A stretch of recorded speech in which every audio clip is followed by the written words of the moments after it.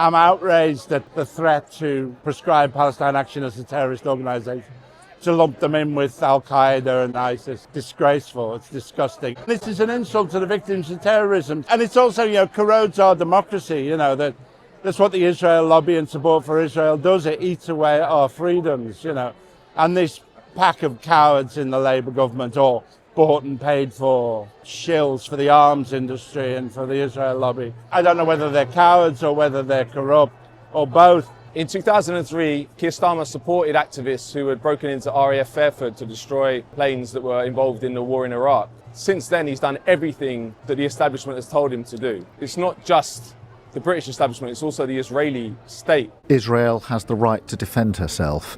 A siege is appropriate? Cutting off power, cutting off water? Sakir? Well, I think that Israel does have that right. The Israeli state has huge amounts of power in this country through the multifarious lobby groups that it has, and has been working on politicians for many, many years, decades, many of them in Labour. Our foreign policy is made in Washington. Washington's foreign policy is made in Tel Aviv, and this is a recipe for endless war. The vast majority of the British people support Palestine and support stopping arms sales to Israel. That has to be reflected in our political power. At the moment, it isn't. The British government acts in the interests of the arms lobby and the Israel lobby. They shouldn't. They should act in the interests of the British people. As a Holocaust survivor, I've seen the impact of indifference by the public, and it's incredibly dangerous. It does allow the full-blown fascism to occur. It is important that the general public does not look the other way. After all, we can see some countries already further down the route, like in Germany, where you are not allowed even to show a Palestinian flag. The government prescribing Palestine Action is an attack on freedom itself, because this is the first time the British government has used this terrorism legislation to go after activist group, which is merely trying to stop a genocide. It's a frightening juncture that we're at. Murder 20,000 children and you're not criticised. You put some red paint on an airplane and you're a terrorist. The real terrorist is the Israeli state. Terrorism is in Iran. Car bombs, as Israel has been doing. Terrorism is mass murder, as Israel is doing. That is terrorism. This is not just a genocide, this is a Holocaust. If you look at pictures of Gaza, it's gone, destroyed completely. They're killing over 100 people a day now, many of them starving, going to find aid, getting shot down. We've never seen this kind of barbarity, especially our government participating in it. And that's the important point. The people who are the terrorists are the people in number 10 Downing Street, because they're participants in this genocidal war that Israel's fought. They're the ones that should be on trial, they're the ones that should be at The Hague, and they're the ones that should be in prison. Everyone can see it.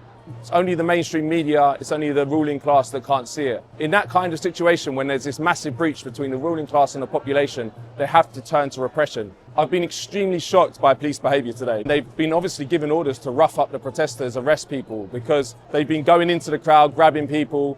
There was one police officer who pushed an elderly Jewish man to the floor because he just wanted to leave to go to the toilet, and he was sprawled out on the floor. Disgusting behaviour. They only have repression left. They want to put a lid on the boiling pot, and the boiling pot is us. It's decent human beings in the UK, around the world, who do not want their government to participate in a genocide and will do what they can to stop it. I have to say, when history is written, these will be the people that will be venerated. One way of destroying dissident movements who are fighting for peace and justice is to legally prescribe them. The other way is to smear them in the media.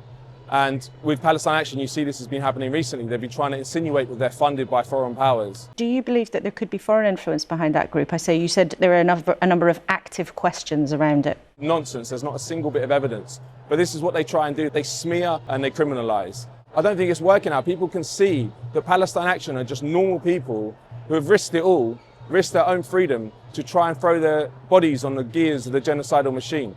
And this goes in terms of the Elbit factories, which they've helped shut down. It goes in terms of the recent action at the RAF base at Brize Norton. They've never hurt a single soul. They've never hurt a human being, which is what we should care about as human beings. We care about our fellow human beings. They've only damaged the machinery of genocide and the machinery of war. Whereas the government, which is now criminalising the terrorists, has participated in a genocide which has killed probably 100,000 people, probably more than that, which has made thousands of children have no arms and legs because they've been blown off by Israeli weapons. So there's two worlds here. There's one which is evil and one which is just. and the one which is evil is calling the one which is just terrorists. So it's all upside down. It's what Eduardo Galeano called the upside down world, and we're living it in a very, very stark way at the moment. Protesting against the genocide is not terrorism, it's humanity. I consider the Palestine Action heroic people, and I think that's how they will go down in history, as appropriate resistors. One day history will look at Palestine Action in the same way as history now looks at the suffragettes or the freedom riders in the United States, against racial segregation, against apartheid there. The UK government is prescribing Palestine Action because they want to destroy the organisation, but Palestine Action is more than an organisation, it's an idea. What is that idea? That idea is that if your government is participating in a genocide, killing thousands of people, then you do not sit idly by. You use your body, you use your mind to try and stop that genocide.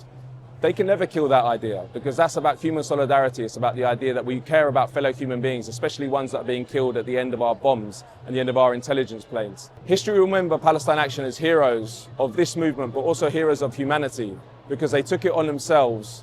They sacrificed their freedom to try and stop the great epic crimes of their government. History will damn anyone who participated in that, anyone who supported it, and they will venerate and celebrate as heroes the people who sacrificed their freedom to stop it. The mainstream media doesn't tell the truth about UK and Israel and our government's role in the horrific genocide that's happening. But alternative media, some of it does. Double Down News is one of the most important alternative media institutions fighting back against Israeli lies and UK government lies. So if you can, please join Double Down News on Patreon.